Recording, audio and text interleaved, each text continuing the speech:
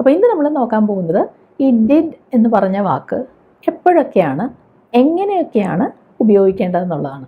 അപ്പോൾ സിമ്പിളായിട്ട് പറയാനാണെങ്കിൽ നമ്മൾ ഈ ഡിഡ് ഉപയോഗിക്കുന്നത് കഴിഞ്ഞു പോയ കാര്യങ്ങളെക്കുറിച്ച് പറയേണ്ടി വരുമ്പോഴാണ്.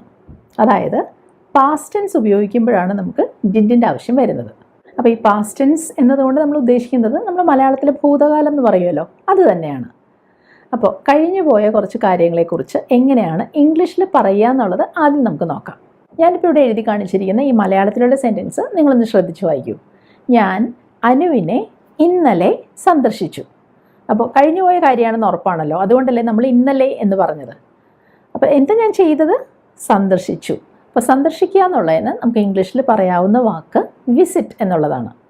അപ്പോൾ ഒരു കാര്യം നമ്മളിവിടെ മനസ്സിലാക്കണം, ഇംഗ്ലീഷിൽ ഏത് വേർബ് എടുത്താലും, പ്രവൃത്തിയെ കാണിക്കുന്ന ഏത് വാക്ക് എടുത്താലും അതിന് 3 രൂപങ്ങളുണ്ടാവും. അപ്പോൾ വിസിറ്റ് എന്ന് പറഞ്ഞ ഈ വേർബിനും 3 ഫോംസ് ഉണ്ട്. പക്ഷേ ഇന്നത്തെ ലെസണിൽ നമുക്ക് ആദ്യത്തെ 2 ഫോംസിൻ്റെ ആവശ്യമുള്ളൂ. അതുകൊണ്ട് മൂന്നാമത്തെ ഫോം ഞാനിന്ന് കാണിക്കുന്നില്ല കേട്ടോ. അപ്പോൾ ഈ വേർബിൻ്റെ ആദ്യത്തെ ഫോം വിസിറ്റ് ആണ്.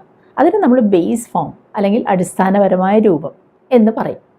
അടുത്തത് വിസിറ്റഡ്, അതിന് നമ്മൾ പറയുന്നത് പാസ്റ്റ് ഫോം എന്നാണ്. അപ്പോൾ പേര് സൂചിപ്പിക്കുന്ന പോലെ തന്നെ കഴിഞ്ഞു പോയ കാര്യങ്ങളെക്കുറിച്ച് പറയാൻ, പാസ്റ്റിനെ കുറിച്ച് പറയാൻ നമുക്ക് രണ്ടാമത്തെ ഫോമാണ് ആവശ്യം വരുന്നത്. അപ്പോൾ ഇപ്പോൾ നമുക്ക് ആവശ്യം വരാൻ പോകുന്നത് ആ ഫോമാണ് കേട്ടോ. അപ്പോൾ നമ്മുടെ സെൻറ്റൻസ് എന്താണ്?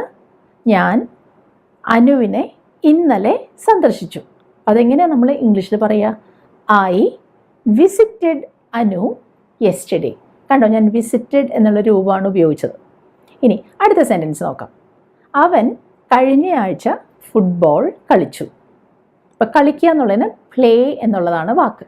അപ്പോൾ പ്ലേ ആണ് ബേസ് ഫോം. പാസ്റ്റ് ഫോം എന്താണ്? പ്ലേഡ്. രണ്ടാമത്തെ ഫോം പ്ലേഡ്. അപ്പോൾ എങ്ങനെയാണ് ആ സെൻറ്റൻസ് ഇംഗ്ലീഷിൽ പറയുക? He played football last week. കഴിഞ്ഞ ആഴ്ച എന്നുള്ളതിനാണ് ഞാൻ ലാസ്റ്റ് വീക്ക് എന്ന് പറഞ്ഞത്. ഇനി അടുത്തത് നോക്കാം. അവൾ എന്നെ വിളിച്ചു. അപ്പോൾ വിളിക്കുക എന്നുള്ളതിന് ഇംഗ്ലീഷിൽ ഉപയോഗിക്കുന്ന വാക്ക് കോൾ ആണ്. അപ്പോൾ അതാണ് ബേസ് ഫോം. പാസ്റ്റ് ഫോം എന്താണ്? കോൾഡ്. അതാണ് നമുക്ക് ആവശ്യം. അപ്പോൾ അവൾ എന്നെ വിളിച്ചു എന്ത് പറയും? She called me. ആദ്യം ഷീ, അത് കഴിഞ്ഞ് എന്താ ചെയ്തത്? കോൾഡ്. ആരെ വിളിച്ചത്? എന്നെ. അതിനാണ് നമ്മൾ മീ എന്ന വാക്ക് ഉപയോഗിച്ചത്. ഷീ കോൾഡ് ഐ എന്ന് പറയില്ല കേട്ടോ, ഷീ കോൾഡ് മീ. അപ്പോൾ ഇപ്പോൾ നമ്മൾ കണ്ട 3 സെൻറ്റൻസസ് ഞാനിവിടെ നിന്ന് അടുപ്പിച്ച് എഴുതുക കേട്ടോ. അതൊന്ന് ശ്രദ്ധിക്കൂ.